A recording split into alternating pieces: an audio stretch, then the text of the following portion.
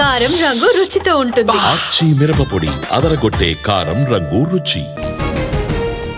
యోగా దినోత్సవ ఏర్పాట్లపై ఏపీ సర్కార్ ఫోకస్. ఇవాళ మంత్రుల కమిటీ సమీక్ష. మంత్రి లోకేష్ అధ్యక్షతన భేటీ.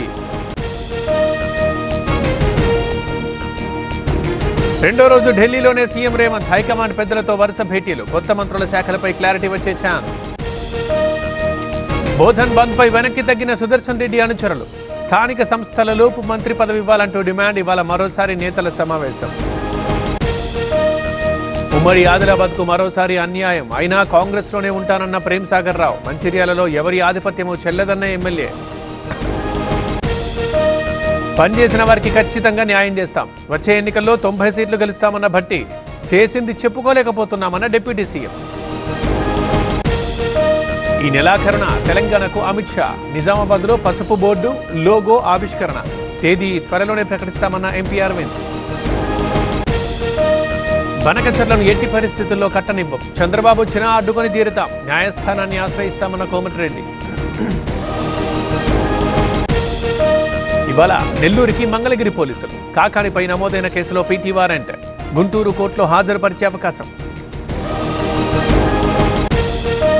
విచారణకు సహకరించని ప్రభాకర్ రావు.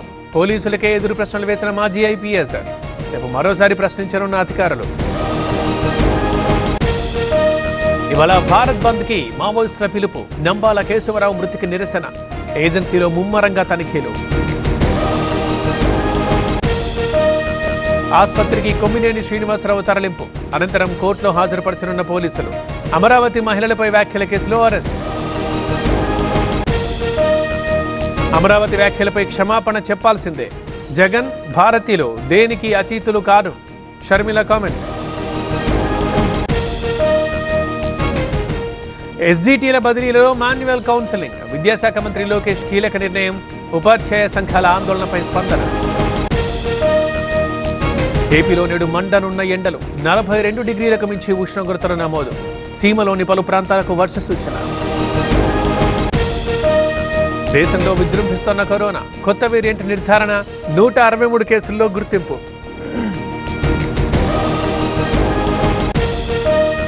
తమిళనాడులో భారీ వర్షాలు. 3 జిల్లాలకు ఆరెంజ్ అలర్ట్. తిరువళ్లూరులో నీట మునిగిన పలు ప్రాంతాలు. ఆపరేషన్ కగార్ తక్షణమే ఆపేయాలి. ప్రధానికి వామపక్ష నేతల లేఖ.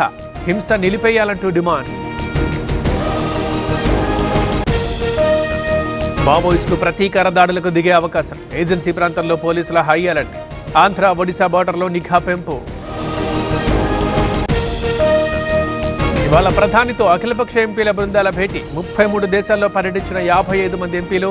ఇప్పటికే జైశంకర్తో సమావేశం. వందే భారత్ ట్రైన్లో ఫరూక్ అబ్దుల్లా ప్రయాణం. నౌగాం రైల్వే స్టేషన్ నుంచి కట్రాకు జర్నీ. ఇటీవలే రైల్ని ప్రారంభించిన ప్రధాని మోదీ. అంతర్జాతీయ క్రికెట్ కి పూరన్ వీడ్కోలు.